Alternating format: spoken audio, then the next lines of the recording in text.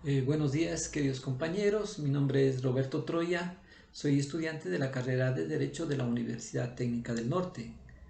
Hoy vamos a trabajar sobre el caso Marbury versus Madison con la generación de dos preguntas que nos han pedido contestar. La primera es sobre la decisión del juez Marshall, si es jurídica o política, y la segunda pregunta es qué implicaciones tiene la decisión de la Corte Suprema Americana para el futuro de la constitucionalidad. Ahora bien, la decisión del juez Marshall es jurídica o política. Para esto tenemos que meternos en el contexto del año 1801, en donde el gobierno estaba en un proceso de transición, es decir, dejaba el gobierno John Adams del Partido Federal y daba paso al nuevo gobierno del presidente Thomas Jefferson del Partido Republicano. Así, el gobierno de Adams designó a varios jueces de paz justo antes de dejar la presidencia, proceso de designación que involucraba el nombramiento por parte del presidente con la posterior ratificación del Congreso. Tras ello correspondía como acto de perfeccionamiento el documento del nombramiento y sellado y remitido por el secretario de Estado. A lo que el nuevo secretario de Estado, que era James Madison, quien se negó a entregar las actas de nombramiento porque el nuevo gobierno estaba irritado por las maniobras de los federalistas de tratar de asegurarse el control de la judicatura con miembros del partido saliente. Uno de los afectados era William Marbury, quien fue nombrado juez de paz y su nombramiento ya había sido emitido por el presidente, ratificado por el Congreso, sellado por el secretario de Estado, pero durante el cambio en la transición, el secretario de Estado no lo había enviado. A lo que Marbury recurrió a la Corte Suprema, en donde presentó un mandamus para que ordenara a Madison entregarle su acta. En ese momento, el presidente de la Corte Suprema era John Marshall, que fue a su vez secretario de Estado del gobierno de John Adams. Si bien es cierto, Marshall fue secretario de Estado de Adams, él, como presidente de la Corte Suprema, emite el fallo respondiendo jurídicamente y desechando a la política bajo tres preguntas generadoras. La primera es, si Marbury tenía derecho al nombramiento que demandaba. Y por supuesto la respuesta es que sí, porque si el mandamiento había sido firmado por el presidente y por el secretario de Estado, claramente tenía derecho al nombramiento que demandaba. La segunda pregunta tiene que ver con qué. Si Marbury tiene remedio para ese derecho que tiene lastimado, es decir, si las leyes del país le otorgan un remedio para poder subsanar ese derecho, y la respuesta es que sí. Ahora bien, en la tercera pregunta es la que genera un desconcierto.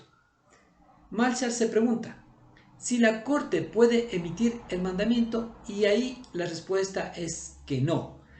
La lógica es desconcertante, pues, porque si tiene derecho y tiene mandamiento, ¿por qué la Corte Suprema de los Estados Unidos no puede emitir ese mandamiento?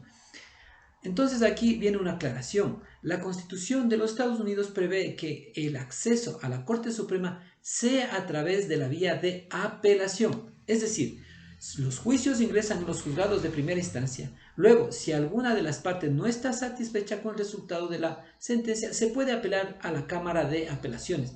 Y luego, con el cumplimiento de algunos otros recaudos, podría acceder recién a la Corte Suprema de Justicia. Eso sería el acceso a la Corte Suprema a través de la vía de apelación.